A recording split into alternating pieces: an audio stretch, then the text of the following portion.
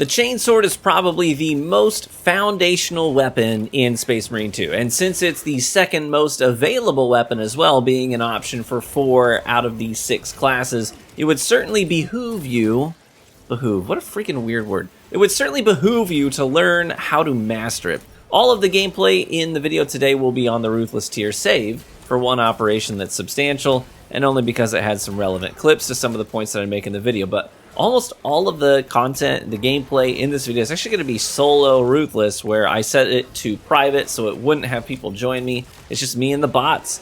And if you are interested, I actually am going to do a full live commentary on my my Ruthless clear of Ballistic Engine and put it on the Variety channel. I might put a link to that in the description and pinned comment. But anyways, but believe me when I say the Chainsword may not be the most explosive weapon in the game, but it's the Swiss Army knife of the Astartes. It's your all-purpose weapon, the tool that's adaptable for any situation. It can handle single targets, and it has access to some of the most basic stun-locking combos in the game. It can handle crowd control with wide sweeping attacks and AoE combos that are very easy to set up. And it can gain back that precious contested health quickly and easily. So let's dive into the masterclass on the Chainsword. We've got several things to go over here: the perk tree, the versions, the combo list, and actual application of skills in various scenarios. So let's start with a basic understanding of the combos. You have a light combo with wide sweeping attacks. Just take 4 light swings in a row and you'll go through the full progression. In order to get the most out of this combo, you need to constantly be spinning the camera to put as many targets as possible in front of you at a time. So think of yourself sort of like the center of a clock with numbers 1 through 12 all around you. Now, if you're facing the 2 on the clock face, then you'll likely hit gaunts 1 through 4. So after that first light attack, you want to spin the camera around. So now you're facing the number 6. And now you hit gaunts 5 through 8 because of that. And now you spin the camera again so you can hit 9 through 12. Like, you get the idea. If you want to hit the most targets, you need to keep that head on a swivel and be rotating the camera to put as many, in your sweeping attacks as possible. It's that 360-degree melee combat that really elevates your game in this game. But let's talk about combos. You have 3 key heavy attacks that we want to focus on here. The first one is light attack followed by a heavy attack. So 1 light, 1 heavy. This is a single target kick in the chest, okay? This is ideally reserved for majors. The kick doesn't have a wide radius at all and will likely only hit the 1 major in front of you. I don't recommend using this on Minoris enemies. It does less damage than your slices do, and it's really designed to stun an enemy or interrupt something. It's kind of like the shield bash on Bulwark in that regard. So this is great for interrupting attacks from majors, keeping them locked down. So if you're at full armor, let's say, and you just want to keep the major from hitting you, go light attack, heavy kick in the chest, light attack, heavy kick in the chest, and you'll whittle them down over time and keep them stun locked. Then you have the next heavy combo, which is 2 lights and a heavy instead of 1 light and a heavy. So 2 lights followed by a heavy attack. This is a shoulder bash. So while the kick in the chest is a single target attack, the shoulder bash is more like a cone in front of you. It's sort of like a shotgun style melee attack. It won't do much to things around you, but if there are a few things in front of you, then you'll likely hit all of them. So this is really about reading the battlefield and knowing what's going to benefit you the most in the moment. So if there's a major in front of you with 2 or 3 gaunts on either side of him, you might want to use the shoulder bash to hit the major and stun him, while also knocking back all of the Minoris enemies that were accompanying him, so you've got some breathing room and maybe even a gun strike now ready to go. The shoulder bash also stuns enemies like the kick. It just has a little wider radius, and it also has a forward traveling element to it as well. So while the kick keeps you more or less in the same place, the shoulder bash will launch you forward. So this makes it great for chasing down moving targets who are backpedaling or moving towards a teammate of yours. You can go light, shoulder bash, and then just keep doing that to chase them down and continue disrupting their movement.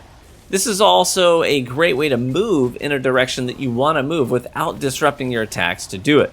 So let's say you're surrounded and you want to move to a certain side of the mob for one reason or another. You can do 2 light attacks at the enemies around you and then turn to face the direction that you want to travel and do the shoulder bash through the crowd in that direction to keep you moving away in the direction that you want to go without stopping your attacks altogether or just rolling in that direction.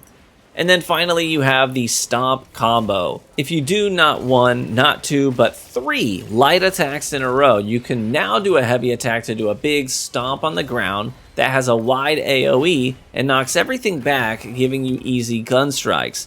This move is crucial to surviving big waves. It will disrupt the majors around you, while doing good damage to the Minoris enemies and sending them flying away from you to give you more room to work with. You should absolutely try to mix in plenty of stomps into your big waves of Minoris enemies in general. It gives you gun strikes for health, room to breathe, and whittles down the enemies quickly.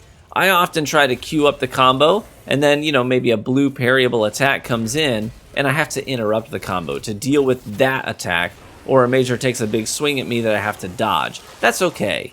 I'm basically just going to go through my light progressions to access the most helpful heavy combo in the moment, and if I have to stop it at any point, you need to be willing to let the combo go in favor of not taking a hit. You might be like, man, I just got my 3rd light attack in. I'd love to do this stomp, but this blue attack is coming in. Always take the parry over the stomp or whatever combo you're working on. It's that discipline that's really going to elevate your game. It's the willingness to say, no, I gotta stop the combo and do this dodge or do this parry, and then start it all over again.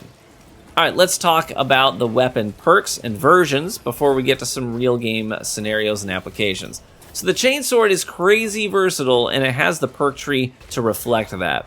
Honestly, there are some extremely tough choices in here, and I'm not going to lie to you and say, hey, the way that I built mine out is the most perfect and amazing way and the only way to do it. There are lots of ways that you could go here, and I wouldn't judge you for your choices. It all depends on what's important to you. So let's take it tier by tier. On the Mastercrafted green tier, I think Swift Recovery is a must. Getting 100% more contested health back with every heavy attack. Hey, that's all the heavy combos, by the way, that we just listed earlier in the video. We're doing lots of those. And so I think I definitely am going to want that for my build. Those are going to give you twice as much contested health when you perform those attacks. That's a no-brainer. Gotta have it. At the Artificer purple tier, you have some great options. There's Reverberating Impact, which I definitely want on my build. This increases the stomp combo area of effect radius by 50%. That is a massive buff. It's a much, much bigger stomp. So when we're surrounded, that's a lot more ground that the stomp will cover, giving us even more breathing room after we land it. You've also got Saw Blade, which gives you a 5th attack in your light combo. Personally, I pass on this one. Usually you're not getting to a point where you need that 5th attack as often as having a wider stomp radius is going to be useful. Next is your Chaos and Tyramid damage buffs. And then finally, you've got Hard Target, which makes you take 15% less ranged damage to those guys with guns on the edges of the field while you're in the middle of performing light attacks, which is definitely helpful.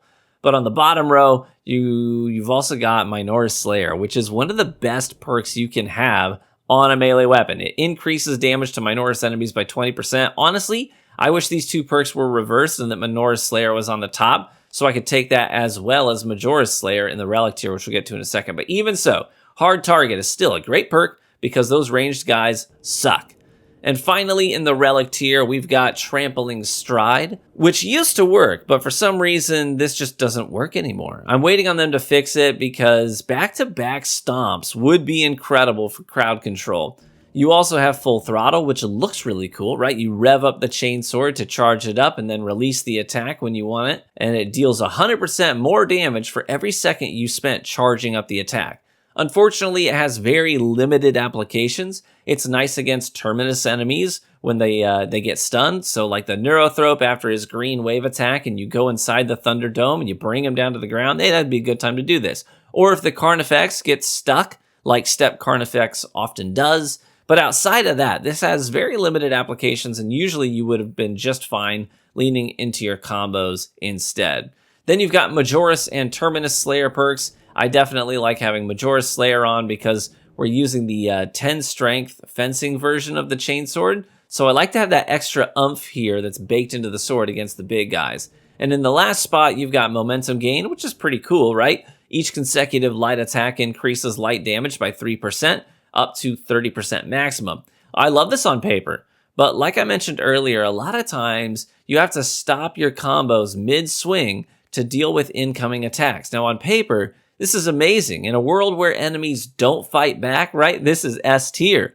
But as you can see in the gameplay, for me, the enemies do in fact take relentless advances towards me that I have to constantly deal with, whether it's a parry or a dodge or whatever. So unfortunately, I don't think you get a ton of mileage out of this perk outside of single isolated target encounters. And on the bottom row, you've got Kill Streak, which makes you invulnerable to getting knocked down for 5 seconds after you kill 10 enemies with light attacks. Again, not worth it here. I think you mix and match the other perks in the tree instead of getting to the final 2 perks here. That's where you're going to get the most bang for your buck. Now let's talk versions. I stick with the Relic tier fencing version, the Aquilan dedication. The balanced version is good too. You get way more damage and more cleaving potential, but you tank the speed of the sword. The fencing version lets us get those heavy combo attacks much more quickly, which is a big deal to me personally. If you're swinging slowly, you're probably not getting to that stomp combo very often, which is a huge part of what makes the Chainsword good. And when you're swinging faster, you're also doing more consistent damage. So I stick with the fencing version for both crowd control and single target purposes. Next, let's talk about scenarios. I'll pitch a scenario and then chat about what I suggest you do in that particular circumstance. Let's say you're trying to focus down a Majoris Tyranid. Maybe you want the execution for some armor or to disrupt the gaunts around him. But as you're attacking him, let's say the Tyranid Major puts his swords up in his face to block all of your attacks. At this point, regardless of where you are in your combo, you're going to want to throw in a heavy attack. The kick is ideal, but any of the heavy combos will break his guard and then allow you to go back into the light attacks for damage. Let's say the Majoris enemy in front of you is a Chaos enemy. There are 2 things they can do that really suck. First, they can teleport 100 yards away. This sucks because a lot of times, there goes your armor on demand, right? Second, they can shoot flamethrowers at their feet to do big fire damage in a huge radius. I highly recommend with these guys, you don't do stomp combos.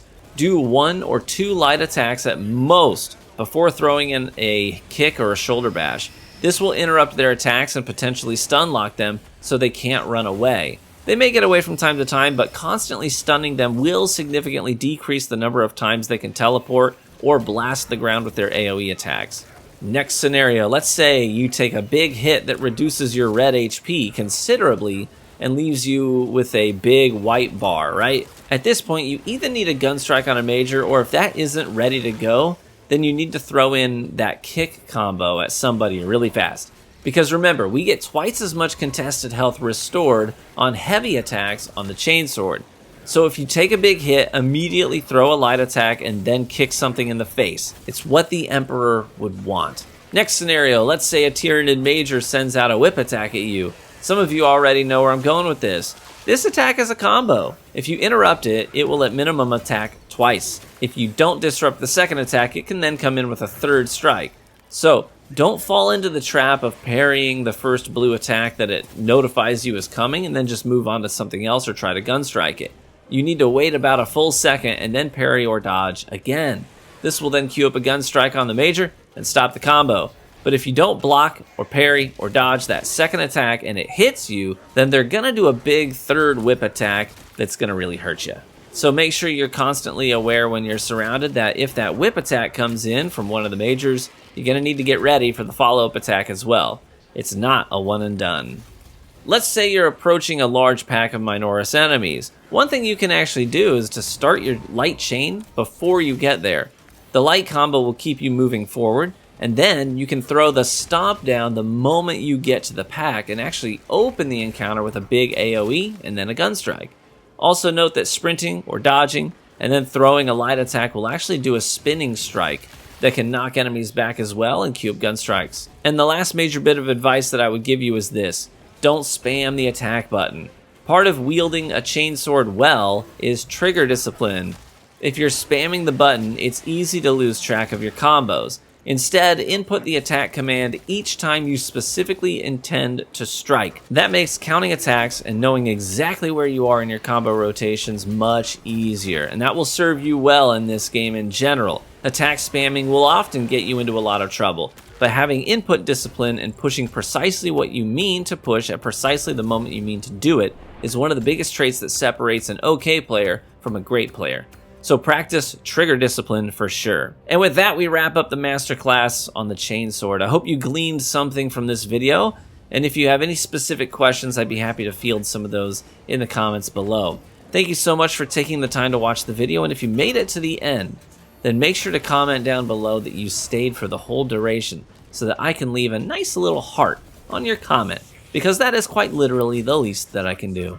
If you're looking for a great community to fall into that's constantly playing and farming this game together, but the big LFG sites and open discords are intimidating, and maybe you've had some bad experiences and impressions with those, hey, feel free to check out our private Discord through our Patreon page. If you click the link in the description or pinned comment, it will take you right to our Patreon page, where you can then select that dirt cheap $3 tier, which will give you access directly to the secret Discord rooms, where we have our own LFG, general chat, and multiple Fireteam voice chat rooms as well. If you have any trouble getting Discord and Patreon linked up, just DM me via Patreon, and we'll get you sorted. Thanks so much for all the love and support on my Space Marine coverage. This has been one of the most fun games to cover in my now 10 years of content creation. Feel free to subscribe to the channel to see more Space Marine videos. In the meantime, be warm and well fed, my friends. Courage and honor.